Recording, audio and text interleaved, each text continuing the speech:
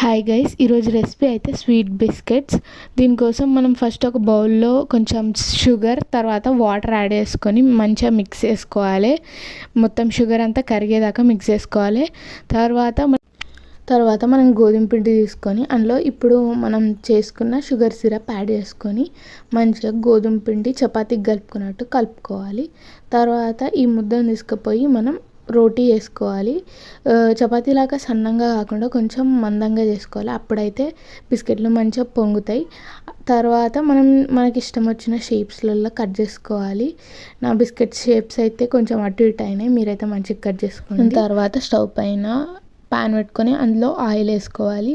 ఈ ఆయిల్ వేసుకున్న తర్వాత మనం ఇంతకుముందు చేసిన బిస్కెట్లని వీటిలో వేసుకొని డీప్ ఫ్రై చేసుకోవాలి. మనం ఇట్లా దొడ్డుగా చేయడం వల్ల, చపాతీ లావుగా చేయడం వల్ల ఇవన్నీ పొంగుతాయి ఆయిల్ వేసినప్పుడు అండ్ క్రిస్పీగా కూడా అవుతాయి.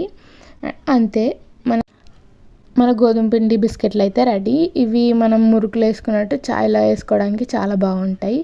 ట్రై చేయండి అండ్ ప్లీజ్ సబ్స్క్రైబ్.